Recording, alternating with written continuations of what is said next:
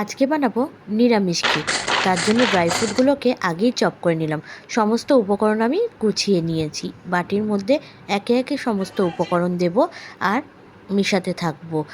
সমস্ত কিছু কিন্তু আমি ছেঁকে নিয়েছি। ড্রাই ফ্রুটগুলোকেও চপ করে নিয়েছি।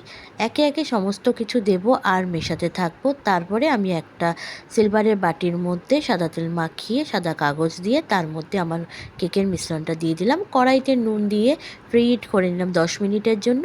তারপরে কেকের বাটিটা বসে আমি অপেক্ষা করব 35 মিনিটের জন্য। আর হ্যাঁ, এরম যদি কোনো ছিদ্র থাকে সেটাকে লবঙ্গ দিয়ে অবশ্যই বন্ধ করে দিও।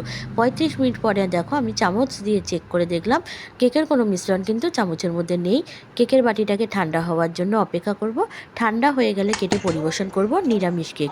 কেমন লাগলো অবশ্যই জানিও। ভিডিওটা লাইক, কমেন্ট, শেয়ার করো আর ভালোবাসার সংসারের সাথে জুড়ে যেও। কত সফট হয়েছে দেখো।